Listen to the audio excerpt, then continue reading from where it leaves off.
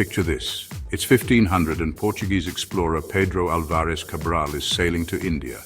His fleet is navigating the vast Atlantic Ocean, aiming to establish a new trade route to the east. The journey is long and treacherous, filled with unpredictable weather and the constant threat of uncharted waters, but guess what? He ends up bumping into Brazil instead.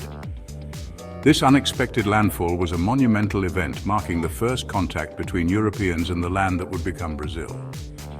This was a big deal because it was the start of Portugal taking control of parts of the Americas. The discovery of Brazil opened up new opportunities for the Portuguese crown, eager to expand its empire and influence. When Cabral arrived, he met the native folks who had already been living there for ages with their own languages, cultures, and ways of life. These indigenous communities had rich traditions and a deep connection to their land. Everything was about to change for them.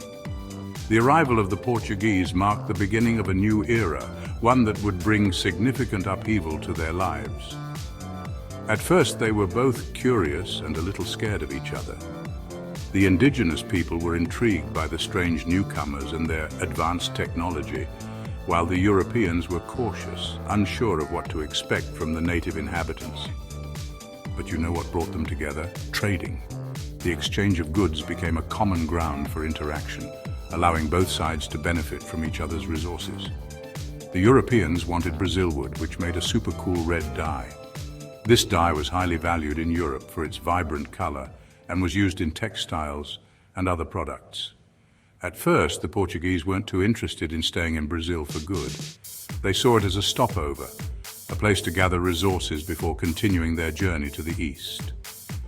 They were all about that spice trade in the east. Spices like pepper, cinnamon, and cloves were incredibly valuable, and the Portuguese were determined to dominate this lucrative market. Brazil was just a place to get some Brazil wood from the natives. The Portuguese saw it as a convenient source of this valuable commodity, which they could trade back in Europe for a handsome profit.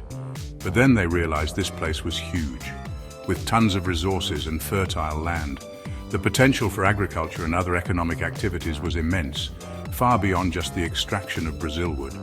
They started thinking, maybe we should stick around.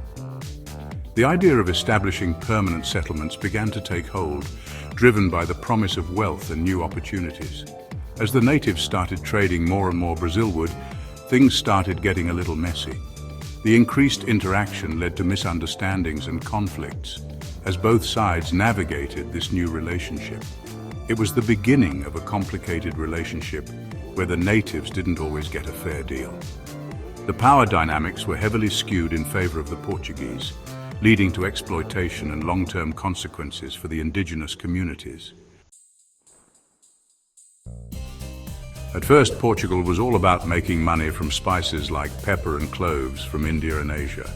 These spices were incredibly valuable in Europe, where they were used not only to flavor food, but also for their medicinal properties. The Portuguese explorers braved long and dangerous sea voyages to establish trade routes and secure these precious commodities. Brazil was like their side hustle. Initially, it was just another stop on their way to the riches of the East. They didn't pay much attention to it at first, but then other European countries started wanting a piece of the spice trade, and Portugal realized they needed a new plan. The competition was fierce, and the Portuguese had to think strategically to maintain their economic dominance. That's when Brazil, with all that Brazil wood, became their star player. Brazil wood was a valuable resource because it produced a red dye that was in high demand in Europe. See, everyone in Europe wanted Brazil wood to make their clothes bright red. The dye was used to color textiles, making them vibrant and fashionable. It was a status symbol to wear clothes dyed with Brazil wood, and Brazil had mountains of the stuff. The forests were rich with Brazil wood trees, and the Portuguese saw an opportunity to exploit this resource. So the Portuguese started making serious money from it. The trade in Brazil wood became a major economic activity, bringing wealth and prosperity to Portuguese merchants and the crown. At first, they traded with the natives for Brazil wood, but then they got greedy. The initial trade relations were somewhat cooperative, but the Portuguese soon wanted more control. They started taking over land and making the natives work for them.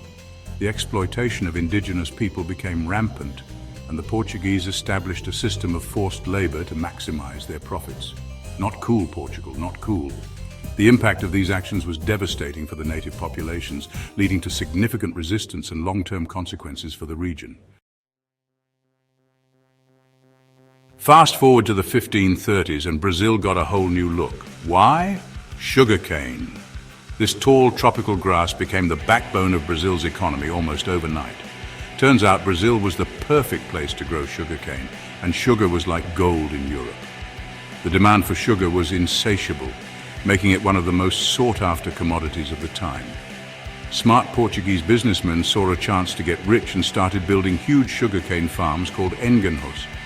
These plantations were not just farms, they were complex industrial operations that included mills, refineries, and living quarters.